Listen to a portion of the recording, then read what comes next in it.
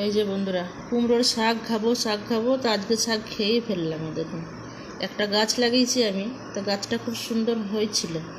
কয়দিন ধরেই লোভ লাগছিল শাকটার জন্য, তা ভাবলাম আজকে সবজি টবজি কিছু ছিল না সকালবেলায়, তো আজকে এই জন্য কুমড়োর শাকটা কেটেই ফেলেছি। এই দেখুন, আমি আজকে শুধু ভাজা করেছি কুমড়োর শাকটা।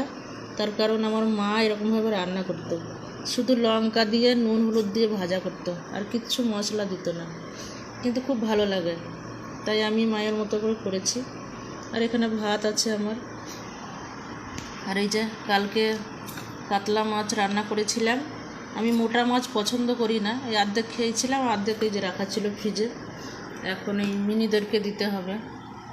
আর কালকে রাত্রে মাংস করেছিলাম, সেই মাংস আজকেও হয়ে গেল আর কি। আর এখানে স্যালাড আছে, আজকে দই পাতা যে হয়নি, দই নেই। আর এটা হচ্ছে মিনিদের খাবার বন্ধুরা। তো আজকে হচ্ছে আমার এই রান্না। তো শুভ দুপুর বন্ধুরা, সবাই ভালো থাকবেন, টাটা।